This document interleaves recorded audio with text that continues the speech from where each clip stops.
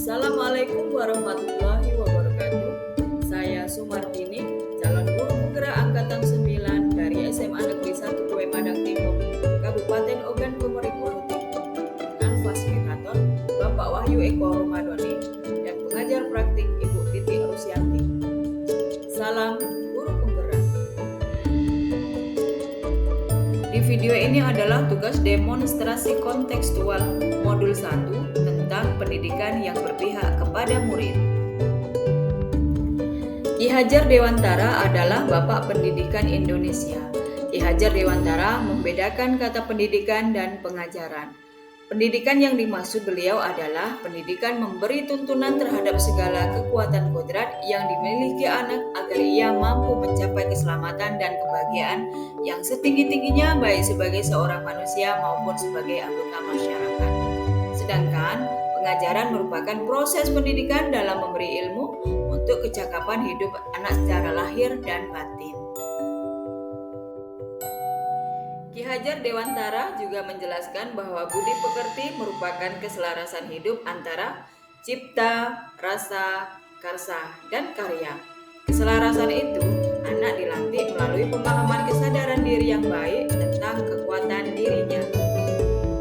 Pendidik merupakan pamong, di mana menuntun peserta didik agar tidak kehilangan arah, serta menemukan kemerdekaan belajarnya. Adapun ide dan gagasan dari Ki Hajar Dewantara dikaitkan dengan sosial budaya yang ada di Oku Timur, saya mengangkat tradisi bersalaman, di mana tradisi ini merupakan budaya sendiri yang di dalamnya terdapat nilai-nilai pendidikan. Kita sering melihat orang berjabat tangan. Berjabat tangan atau bersalaman merupakan ritual atau tradisi pendek di mana dua orang saling menggenggam tangan kanan atau kiri mereka.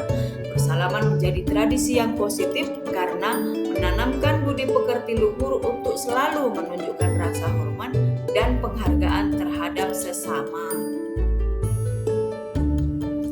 Adapun nilai yang terkandung pada tradisi bersalaman adalah: yang pertama, nilai kebinekaan global, di mana peserta didik kita akan mempertahankan budaya lokal dan budaya luhur bangsa.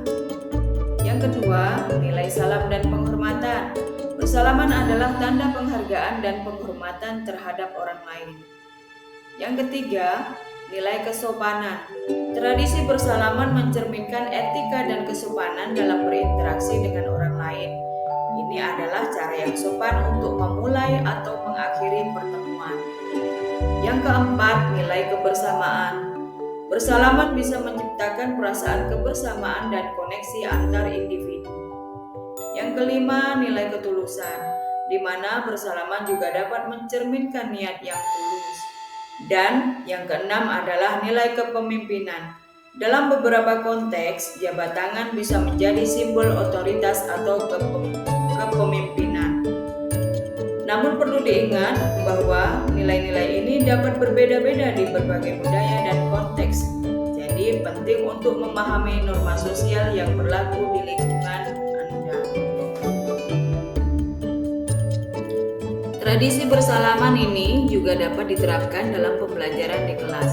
Misalnya pada pembelajaran matematika kelas 12. Berjabat tangan atau bersalaman adalah salah satu contoh kontekstual materi bab peluang, bagian kaidah pencacahan.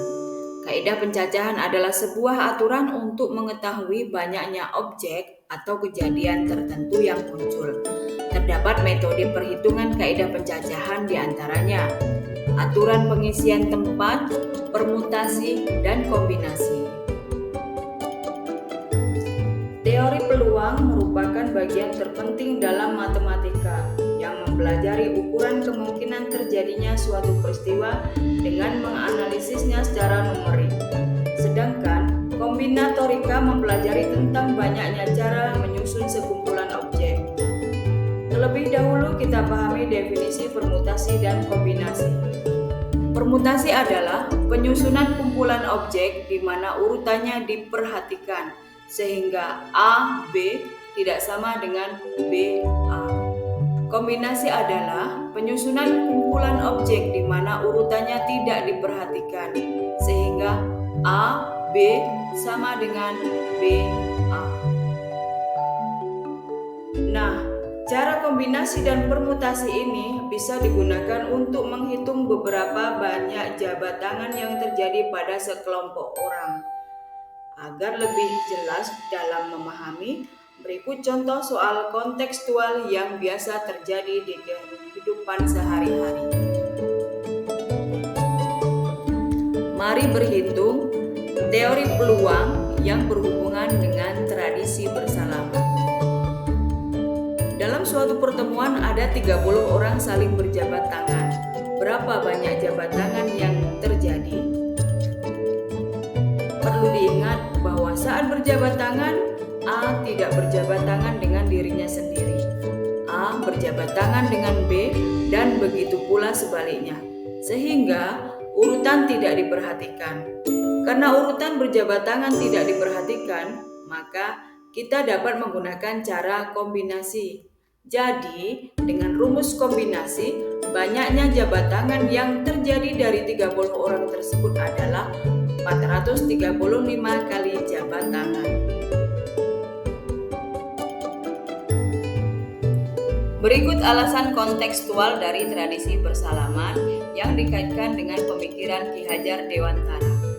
Yang pertama, peserta didik kita akan menjadi lebih bersemangat dan bergembira setelah bersalaman. Dengan bersalaman menjadi tanda persahabatan dan perdamaian di kelas. Tradisi bersalaman meningkatkan kolaborasi di dalam kelas di semua proses pembelajaran.